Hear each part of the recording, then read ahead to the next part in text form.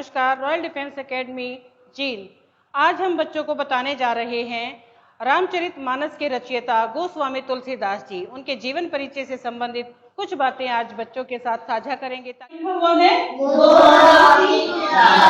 चलो आज इनके बारे में जानिए कि हम गोस्वामी जो तुलसीदास जी हैं उन्हें किस तरह से हमारे भारत में जो प्रसिद्धि प्राप्त है वो क्यों है, उनके जीवन परिचय की कुछ बातें मैं आपसे आज साझा करूंगी। तो आज आपको कुछ सिखाने भी वाली हूँ, देखेंगे? चलिए हम शुरू कर रहे हैं। गोस्वामी तुलसीदास जी जो कि एक बहुत ही प्रसिद्ध कवि और बहुत ही प्रसिद्ध राम भक्त के रूप में जाने जाते हैं। और गोस्वामी तुलसीदास जी जिनका की हमारे भारत में उत्तर में इनका जन्म हुआ और इनके परिचय की बात करें तो इनका परिचय हम सबके लिए जानना बहुत ही आवश्यक है, क्योंकि आप सबको पता होगा गोस्वामी तुलसीदास जी ने रामचरितमानस जो कि बहुत ही प्रसिद्ध रचना है और राम के बारे में लिखी जाने वाली ये एक पहली पुस्तक है। आप सब इस बात के लिए बहुत ज्यादा लालायित होंगे कि ऐसे जो गोस्वामी तुलसीदास थे वो ऐसे इतने प्रसिद्ध कैसे हुए, राम भक्त कैसे बने और राम भक्त का जो उनकी जो आध्यात्मिक जो बातें हैं वो कैसे हुई।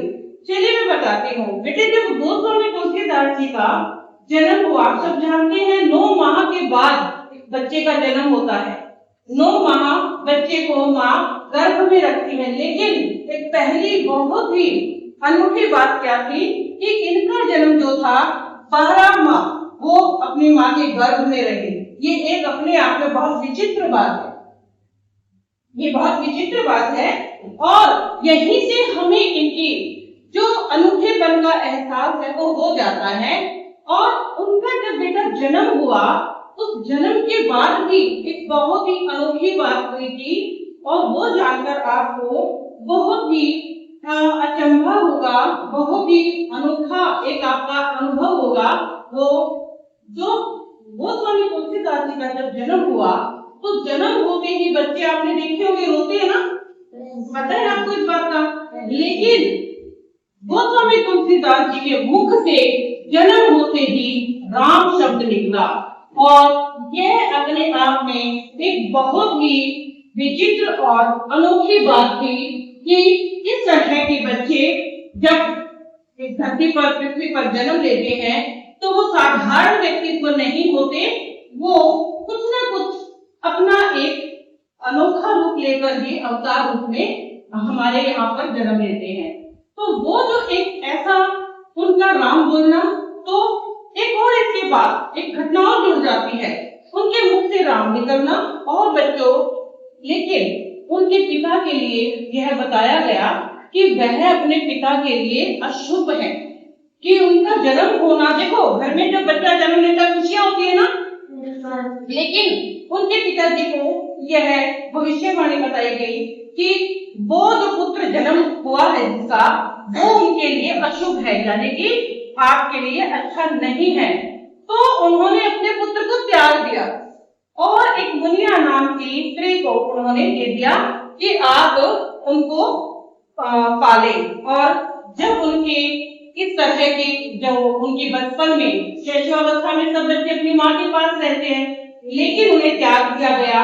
और लेकिन उनके मुख से जब राम निकला था तो बच्चों एक और जिनके नाम से उनकी प्रसिद्धि जानी जाती है वह है, उनको राम भोला के नाम से जाना गया, है ना।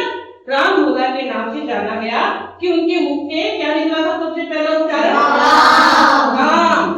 और उनको फिर मुनिया नाम की एक स्त्री को दे दिया गया। लेकिन बहुत ही विडंबना, बड़े दुख की बात है कि मुनिया ने भी उसको 5 वर्ष के बाद छोड़ दिया। और बच्चों, छोटा बच्चा जो कि 5 वर्ष के बाद भी माँ की याद रहती है ना, पिता की जरूरत रहती है ना, लेकिन जब उनको एक अनाथ रूप में घूमते पाया गया, तो क्योंकि ईश्वर ने जिस बच्चे को या जिस जीव को जन्म दिया है उस जीव का कोई ना कोई मालिक जरूर होता है। तो इसी तरह से जो तुलसीदास जी थे, जो बचपन में राम गोला के नाम से जाने गए थे, उनको एक गुरु ने अपना लिया और गुरु का नाम था बेटे नरहरिदास। जब और तो किसी बच्चे में कुछ काबिलियत नजर आई और देखा कि ये बच्चा तो बहुत ही अपने आप में कुछ अनूठी शक्ति के साथ पैदा हुआ है, तो उन्होंने उस बच्चे को अपना लिया और अपना शिष्य बना लिया। और उसके बाद से जो राम गोला है, उन्होंने उसका जो नाम दिया वह क्या दिया, तुलसीदास। ठीक है, तो तुलसीदास जी को जब कहा जाता है कि उनका जब पालन पोषण हुआ और उन्होंने अपने सानिध्य में उन्हें शिक्षा दी और उन्हें दीक्षित भी किया, और अध्यात्म के जो लोग उनके जीवन में जो पहले से ही भगवान ने जन्म के समय उनको दी थी, वो उसको आगे बढ़ाते गए।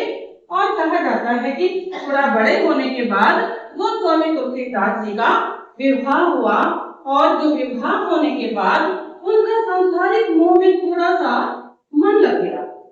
उनकी पत्नी हुई, लेकिन जब उनकी पत्नी उनके साथ रहती थी, एक समय की बात है, तुलसीदास जी किसी कार्य के बाहर गए और उनके कार्य पर बाहर जाने की वजह से उनकी पत्नी अपने मायके चले गई। जैसे आपकी मम्मी भी जाती है ना नाना के यहाँ, मामा के यहाँ, ऐसे ही वो चली गई। लेकिन उनका बिछुड़ना यानी कि उनकी पत्नी का जाना उन्हें बिल्कुल भी अच्छा नहीं लगा और वो रुक ही नहीं पाए, और जिसकी वजह से क्या हुआ, वो उस समय बेटे इतने साधन तो थे नहीं, उस समय इतने साधन नहीं थे, तो उस साधन के ना होने के कारण जो उनकी पत्नी का मायका था वो नदी पार करके था। तो वो स्वामी तुलसीदास जी उनसे मिलने के लिए नदी पार करके ही रात्रि में ही उनके घर पहुंचे। तब उनकी पत्नी ने एक बहुत ही अच्छी बात कही। उन्होंने कहा कि आप जिस तरह से मेरे मोह में या मेरे शरीर के प्रति आकर्षित होकर मेरे पास आ गए हैं, लेकिन अगर यही मोह और यही आकर्षण आप भगवान के प्रति रखें तो शायद आपको भगवान भी मिल जाएंगे। इसलिए यहाँ पर हम एक बात और यहाँ पर मैं जोड़ रही हूँ, मनुष्य जिस चीज की चाह रखता है वह उसे प्राप्त कर लेता है। तो इनकी पत्नी ने उन्हें कहा कि आप एक चाह ऐसी रखें जो कि जीवन के लक्ष्य को और भी ज्यादा अच्छा बना दे। केवल शरीर और हाड़ मांस से बना हुआ शरीर जो हमारे मनुष्यों का है, इसके ही पीछे हमें नहीं भागना चाहिए, हमें अध्यात्म की ओर भी बढ़ना चाहिए। और यह सब बातें जब चल रही थी तो तुलसीदास जी को वह बात बिल्कुल अपने मन पर लग गई, बिल्कुल उनको अपने दिल पर ये लगी कि मेरी पत्नी ने मुझे बिल्कुल सही बात कही है। और वह वहां से लौट आए, और लौट आने के बाद जब अपने वो गंतव्य पर पहुंचे, अपने घर पहुंचे, तब उन्होंने बेटे अपने भगवान को ही अपना संपूर्ण जीवन जो है समर्पित किया, और रामचरितमानस की उन्होंने शिव जी के राम भक्ति में अपने आप को पूरी तरह से समर्पित किया। और जिस तरह से उन्होंने राम भक्ति शुरू की, तो जब राम भक्ति उनकी जब शुरू होती थी तो वहां पर एक दिन जब वो भक्ति कर रहे थे, एक दिन उन्हें हनुमान जी ने दर्शन दिए, और हनुमान जी ने उन्हें एक आशीर्वाद दिया कि आपको जल्द ही आपके राम मिलेंगे। और ऐसा ही करते करते जब तुलसीदास जी अपनी भक्ति में आगे बढ़े और उन्हें संदेश मिला, तो तुलसीदास जी ने चित्रकूट के घाट पर बैठकर जब चंदन घिस रहे थे, तब ऐसा ही वहां पर राम जी प्रकट हुए। और देखिए कि जब राम जी प्रकट हुए तब तुलसीदास जी, जब भगवान की किसी की इच्छा हो और भगवान जी आ जाए तब सुध हो जाता है इंसान और घबरा जाता है। जैसे अभी आपका सबका सैनिक स्कूल पहुंचने का अवसर है, आपको सबको लगन है, और अचानक से सैनिक स्कूल के अगर प्रिंसिपल आपके सामने आ जाए तो आप एकदम से पूरी तरह से स्तब्ध रह जाओगे, है ना, लगेगा कि क्या बोले, सर को नमस्ते बोले, क्या करें। इसी तरह से तुलसीदास जी भी जब चंदन घिस रहे थे और स्वयं राम जी वहां पर जब प्रकट हो गए तो उन्हें तिलक लगाना भी भूल गए, तो वह तिलक खुद भगवान ने तुलसीदास जी को भी लगाया। और यह बात जैसे भगवान ने स्वयं को भी लगाया और तुलसीदास जी को भी तिलक लगाया, यह सब देखने के बाद तुलसीदास जी ने रामायण की रचना करनी शुरू की और रामायण संस्कृत में लिखना शुरू किया। लेकिन भगवान शिव का एक संदेश फिर उनके स्वप्न में आया और वह संदेश क्या था, क्योंकि यह बात है उस समय की जब लोगों ने संस्कृत पढ़ना लगभग छोड़ दिया था और उस समय जरूरत थी कि उस समय अवधी भाषा का ज्यादा बोलबाला था और सीधा सीधा उन्होंने संदेश दिया कि रामायण जो है संस्कृत में हम भारत के लोग ज्यादा समझ नहीं पाएंगे, तो अवधी भाषा में इसका लेखन शुरू करो ताकि ज्यादा से ज्यादा लोगों में रामचरितमानस का पठन पाठन हो सके, लोगों में घर घर में ये संदेश पहुंचे कि राम जैसे चरित्र को पढ़ने के बाद हर बच्चा, हर देश का नागरिक अपने जीवन में कुछ परिवर्तन कर सके। तत्पश्चात तुलसीदास जी ने रामचरितमानस की जो है रचना की और अवधी भाषा में ही लिखी गई। और यहाँ पर जो रामचरितमानस का जो लेखन था वो सब चीजें जब आप ये देखेंगे, यहाँ पर एक और मैं आपको बहुत ही विचित्र बात यहाँ पर बताती हूँ जो कि आपको सुनकर बहुत ही अचंभित होगा। जैसे ही इन्होंने रामचरितमानस की पुस्तक पूरी कर देने के बाद इन्होंने मंदिर में इसको समर्पित किया कि मेरी तरफ से मैंने जो है आपका आदेशानुसार मैंने पूरी रामायण लिख दी है। और जब इसको पूरा मतलब करने के बाद चरणों में समर्पित किया भगवान के, तो देखिए वहां के कुछ ऐसे पंडित थे जिन्होंने सोचा कि ये तुलसीदास आज इस मंदिर का पूरा ही बहुत ही बड़ा वो बन गया है, हमारे मंदिर में सभी लोगों द्वारा इनकी प्रशंसा की जा रही है। तो उनको अंदर से जलन पैदा हुई और उनकी जो पुस्तक थी उसे जलाने का प्रयास किया गया ताकि इसको कोई लोग पढ़ ही ना पाए।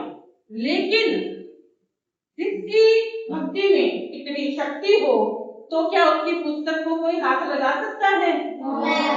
रात्रि में स्वयं बताया जाता है कि जब पंडित लोग वहां जाने लगे, दूसरे पंडित की पुस्तक को उठा के फेंक देते हैं, जला देते हैं या भ्रष्ट कर देते हैं, तो उस समय स्वयं राम द्वारपाल कौन है राम जी के?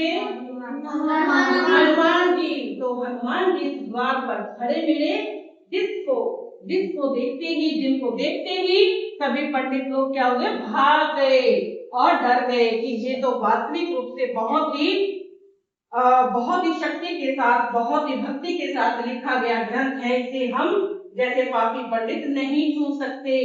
तो उस समय से इस रामचरितमानस की जो पुस्तक है, जो ग्रंथ है, पूरे उत्तर भारत में इसका संदेश दिया गया और घर घर में यह पुस्तक पढ़ी जाने लगी। और इस पुस्तक की आज भी हम पूरी तरह से यह पुस्तक एक ऐसा संदेश देती है और इसे हम एक तरह से रामचरितमानस जो कि तुलसीदास जी ने लिखकर हम सब पर बहुत ही बड़ा उपकार किया है।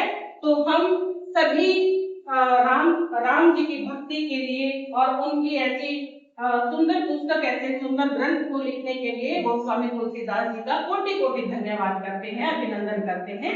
धन्यवाद। जय श्री राम। जय श्री राम। आपने अभी एक छोटी सी क्लिप देखी और उससे मैंने कुछ बातें आपके साथ साझा की। मैं कुछ बातें आपसे जानना चाहूंगी, आपको सुनकर कैसा लगा? अब से पहले आपने गोस्वामी तुलसीदास जी के बारे में कुछ जानकारी आपने हासिल की थी? आज आपको जानकर अच्छा लगा? तो बताइए गोस्वामी तुलसीदास जी का बचपन का नाम क्या था? राम भोला। अच्छा ये बताइए कि उनका नाम राम भोला क्यों पड़ा? क्योंकि उन्होंने सबसे पहले राम का नाम लिया था। हाँ शाबाश, जन्म लेते ही उन्होंने क्या नाम लिया था? राम। अच्छा तुलसीदास जी का जन्म गर्भ में कितने माह रहने पर हुआ? 12। 12 माह। साधारण तौर पर यदि एक बच्चा जन्म लेता है तो वह कितने महीने में गर्भ में रहता है? 9 महीने। और बेटी बेटा शाबाश। जो गोस्वामी तुलसीदास जी थे उन्होंने किस ग्रंथ की रचना की? किस ग्रंथ की रचना की गोस्वामी तुलसीदास जी ने? किस ग्रंथ की रचना की? रामचरितमानस। शाबाश। रामचरितमानस को लिखने के लिए गोस्वामी तुलसीदास जी ने किस भाषा को अपनाया? फिर चुप गए हम। शाबाश।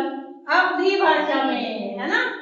शाबाश। और जो रामचरितमानस जो लिखा गया उसको जो है लिखने के बाद वह क्या सभी घरों में पहुंची है? क्या आपने कभी उसको देखा है अपने घरों में? किस किस के घर में रामचरितमानस है? शाबाश। रामचरितमानस में किनके बारे में कहा गया है? भगवान श्री राम। शाबाश। यही तो बातें जानने की है बेटा। और इस विषय को हम और आगे बढ़ाएंगे ताकि आप लोग अपने संस्कृति अपने इतिहास से पूरी तरह से आपको उसकी जानकारी होनी चाहिए, अनजान नहीं रहने चाहिए।